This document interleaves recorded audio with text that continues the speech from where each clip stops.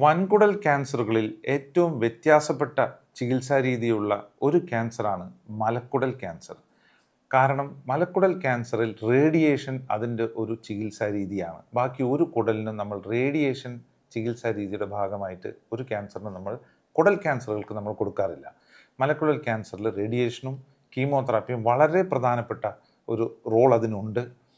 അതുകൂടാതെ ഈ laparoscopic surgery, robotic ശസ്ത്രക്രിയ വന്നതിന് ശേഷം വളരെയധികം അഡ്വാൻസ്മെൻറ്റ് വന്നിട്ടുള്ള ഒരു ക്യാൻസറാണ് റെക്ടൽ ക്യാൻസർ അഥവാ മലക്കുടൽ ക്യാൻസർ. അതിലിപ്പോൾ ഏറ്റവും പുതിയതായി വന്നിട്ടുള്ളതാണ് ടോട്ടൽ നിയോ അഡ്ജുവൻറ്റ് ട്രീറ്റ്മെൻറ്റ്. അതായത് ഓപ്പറേഷൻ ഇല്ലാതെ എങ്ങനെ നമുക്കിതിനെ ചികിത്സിക്കാം, റേഡിയേഷൻ കീമോതെറാപ്പി മാത്രം കൊടുത്ത് നമ്മൾ എങ്ങനെ ചികിത്സിക്കാം, അതിനെക്കുറിച്ചുള്ള വീഡിയോ ആണ് ഞാൻ ഡീറ്റെയിൽഡ് ആയിട്ട് പറയുന്നത്. മലക്കുടൽ ക്യാൻസറിൽ മലക്കുടലിനെ നമ്മൾ മൂന്നായി തിരിക്കുന്നു: lower, mid and upper. 5 centimetre വെച്ച് പകുത്ത് മലക്കുടലിനെ എടുത്താലാണ് ഏകദേശം ലോവർ, മിഡ് ആൻഡ് അപ്പർ എന്ന് വരുന്നത്. അപ്പോൾ ഏറ്റവും താഴെയുള്ള 5 സെൻറ്റിമീറ്ററാണ് ലോവർ റെക്ടൽ ക്യാൻസേഴ്സ്. അവിടെയാണ് ലോവർ റെക്ടൽ ക്യാൻസേഴ്സ് വരുന്നത്. അതിനെ നമ്മൾ എങ്ങനെ ചികിത്സിക്കാം? അപ്പോൾ നമ്മൾ മുന്നേ എല്ലാം ചെയ്തിരുന്നത് നോക്കി MRI എടുത്ത് ആവശ്യമുണ്ടെങ്കിൽ റേഡിയേഷൻ കൊടുത്ത് പിന്നീട് ശസ്ത്രക്രിയ ചെയ്ത് ആ ശസ്ത്രക്രിയ ശേഷം നമ്മൾ കീമോതെറാപ്പി കൊടുത്ത് അങ്ങനെയായിരുന്നു ചികിത്സിച്ചിരുന്നത്. അപ്പം നമ്മൾ ഫേസ് ചെയ്യുന്ന ഏറ്റവും വലിയ പ്രോബ്ലം, നമ്മൾ ഈ പേഷ്യൻസിന് റേഡിയേഷൻ കൊടുത്ത് നമ്മൾ ശസ്ത്രക്രിയ കഴിഞ്ഞ് പിന്നെ ഈ പേഷ്യൻറ്റുകൾക്ക് കീമോതെറാപ്പി കൊടുക്കുമ്പോൾ ഈ കീമോതെറാപ്പി മുഴുവനായിട്ട് എടുക്കാൻ പേഷ്യൻസിന് സാധിക്കാറില്ല. പലവിധ പ്രശ്നങ്ങൾ, സർജറി കൊണ്ടുള്ള പ്രശ്നങ്ങൾ, പിന്നെ ന്യൂട്രീഷൻ, ശരീരത്തിലെ പോഷകത്വങ്ങളുടെ കുറവ്, ഇൻഫെക്ഷൻ്റെ പ്രശ്നം, അങ്ങനെ ഒരുപാട് പ്രശ്നങ്ങൾ. സോ അതിനൊരു ബദലായി ഈ കീമോതെറാപ്പിയും ഈ റേഡിയേഷനും ശസ്ത്രക്രിയയ്ക്ക് മുന്നേ കൊടുത്താൽ എങ്ങനെയിരിക്കും എന്നുള്ളതാണ് പിന്നീട് വന്നിട്ടുള്ള റിസർച്ച്. അപ്പോൾ ഇപ്പോഴത്തെ പ്രോട്ടോക്കോൾ അനുസരിച്ച് ആദ്യം തന്നെ പേഷ്യൻറ്റിന് ഐദർ ഒന്നില്ലെങ്കിൽ കീമോതെറാപ്പി കൊടുക്കുന്നു, പിന്നെ റേഡിയേഷൻ കൊടുക്കുന്നു, പിന്നെ കണ്ടിന്യൂവേഷൻ കീമോതെറാപ്പി കൊടുക്കുന്നു, അതല്ലെങ്കിൽ കംപ്ലീറ്റ് കീമോതെറാപ്പി കൊടുക്കുന്നു, പിന്നെ റേഡിയേഷൻ കൊടുക്കുന്നു. ഇത് ഏതെങ്കിലും ഒരു രീതിയിൽ സാൻഡ്വിച്ച് ചെയ്തിട്ട് പേഷ്യൻറ്റിന് ശസ്ത്രക്രിയയ്ക്ക് മുന്നേ കൊടുക്കുന്നു. അതിനുശേഷം ശസ്ത്രക്രിയ വേണമോ വേണ്ടോ എന്ന് നമ്മൾ തീരുമാനമെടുക്കുന്നു. സോ ഇതിൽ ഏറ്റവും ഇമ്പോർട്ടൻ്റ് ആയിട്ടൊരു വസ്തു എന്താണെന്ന് വെച്ച് കഴിഞ്ഞാൽ, നമ്മൾ ഇനീഷ്യേഷൻ കൺസോൾട്ടേഷൻ കീമോതെറാപ്പി, അതായത് ഈ ശസ്ത്രക്രിയയ്ക്ക് മുന്നേ നമ്മൾ കീമോതെറാപ്പി കൊടുത്ത് റേഡിയേഷൻ ചെയ്തതിന് ശേഷം നമ്മൾ കാണുന്നത് ഏകദേശം 38%, 40% താഴെ രോഗികൾക്ക് ഈ ക്യാൻസർ മുഴുവനായിട്ടും അങ്ങ് മാഞ്ഞു പോകുന്നതായിട്ടാണ് നമ്മൾ കാണുന്നത്. Complete pathological response.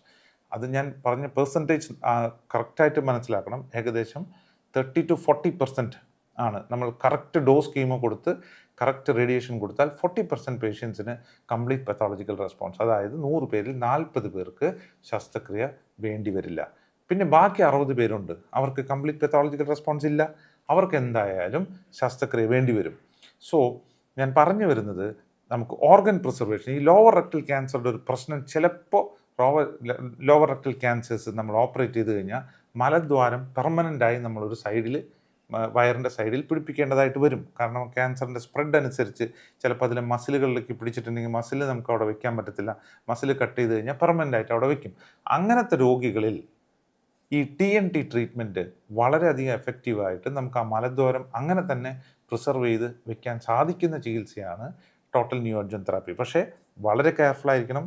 കാരണം ഈ രോഗികൾ ഈ ചികിത്സയ്ക്ക് ശേഷം കംപ്ലീറ്റ് പെത്തോളജിക്കൽ റെസ്പോൺസ്, അതായത് കംപ്ലീറ്റ് ആയിട്ട് ക്യാൻസർ മാഞ്ഞു പോയിട്ടുണ്ടെന്ന് MRI മൂലം, പിന്നെ PET സ്കാൻ മൂലം, പിന്നെ ബയോപ്സി മൂലം കൺഫേം ചെയ്തതിന് ശേഷം രോഗികൾ കൃത്യമായി 2 മാസം 2 മാസത്തിൽ ഫോളോ അപ്പിൽ ഇരുന്നാൽ മാത്രമേ ഈ ചികിത്സ മുന്നോട്ട് പോകാൻ പറ്റുള്ളൂ. ബിക്കോസ് തിരിച്ചു വരുമോ ഇല്ലയോ എന്ന് ഡോക്ടർക്ക് ഒരിക്കലും പറയാൻ പറ്റില്ല. അപ്പോൾ ആ ഒരു ഫോളോ പീരീഡ് വളരെ കെയർഫുൾ ആയിരിക്കണം.